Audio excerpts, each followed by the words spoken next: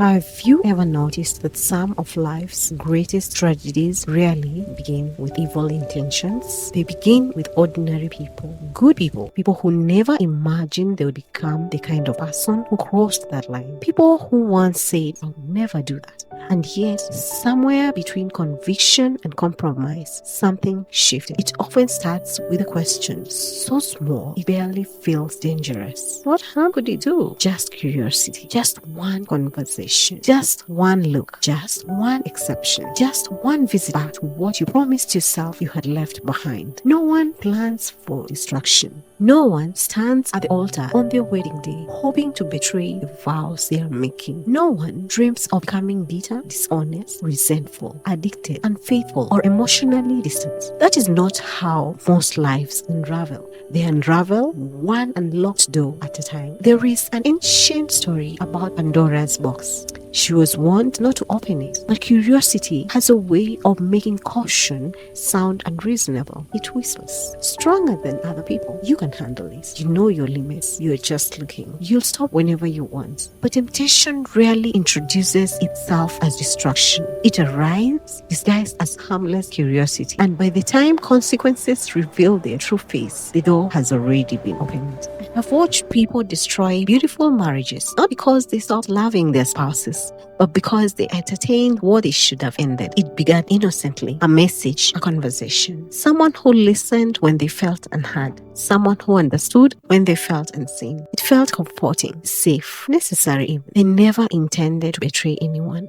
But emotional affairs are dangerous because they ask for very little in the beginning. Just your attention, then your vulnerability, then your loyalty.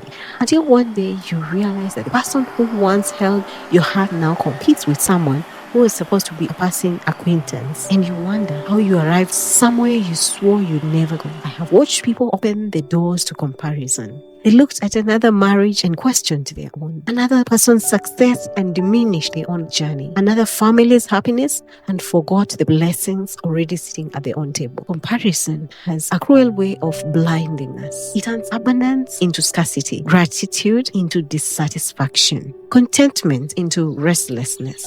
It convinces us that what we have is not enough because we have become obsessed with what someone else has. And suddenly, the life we once prayed for begins to feel inadequate. Then there is the door of bitterness, perhaps one of the most dangerous doors of all, because bitterness feels justified. It tells you that revisiting the wound is protecting you, that replaying the betrayal is helping you heal, that refusing to let go means you're honoring your pain. But bitterness is not a memorial to what happened. It is a prison built from what happened. The person who wounded you may have moved on years ago, yet every day you reopen the door, inviting the heart back into your home, allowing yesterday's pain to sit at today's table. Then there is the door of temptation, the belief that one secret won't matter, one compromise won't change, one lie won't become a pattern, one choice won't become a habit. But character is not usually lost through dramatic collapse. It is surrendered through repeated permission. The things we excuse today often becomes the things that enslave us tomorrow. That is why wisdom is not measured by how much you have experienced. Wisdom is measured by what you have learned to walk away from. The world celebrates people who chase every desire, explore every opportunity, satisfy every curiosity. But maturity understands something deeper. Not every opportunity is an assignment. Not every desire deserves obedience. Not every invitation carries good intentions. Not every open door was opened by God. There are doors that lead to confusion, doors that lead to addiction, doors that lead to betrayal, yet doors that lead to regret. And if entering requires you to sacrifice your peace, your integrity, your values, your marriage, your self-respect, or your relationship with God, then you do not need to know what lies behind it to understand that it is dangerous. One of the strongest sentences a person can learn to say is this: No, I will not entertain this. No, I will not be the source. No, I will not revisit that wound. No, I will not step into what threatens the life I'm trying to build. Because self-control is not deprivation, it is protection.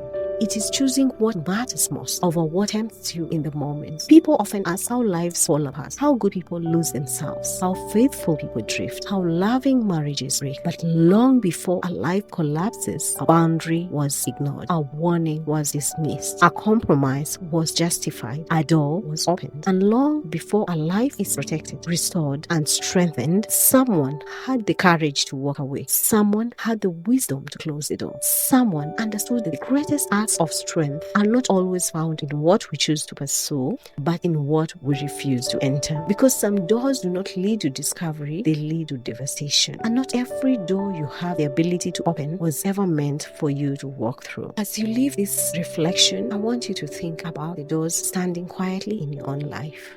The conversations you keep returning to, the comparisons you keep feeding, the temptations you keep excusing, the wounds you keep reopening. Because not every closed door is a missed opportunity. Some are acts of mercy, some are acts of protection, and some are the reason the life you value still stands. Because years from now, the question may not be, why did this happen to me? It may simply be, which door did I keep choosing to open? Perhaps wisdom is learning that the life we pray for is often protected, not by the doors we walk through, but by the ones we have the courage to leave closed.